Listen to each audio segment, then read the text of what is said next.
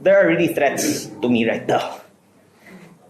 Dahil baka noon hindi alam ng iba ang ibang hawak ko maliban sa Cabral files. Ang lumabas na sa media ay tip of the iceberg po lamang.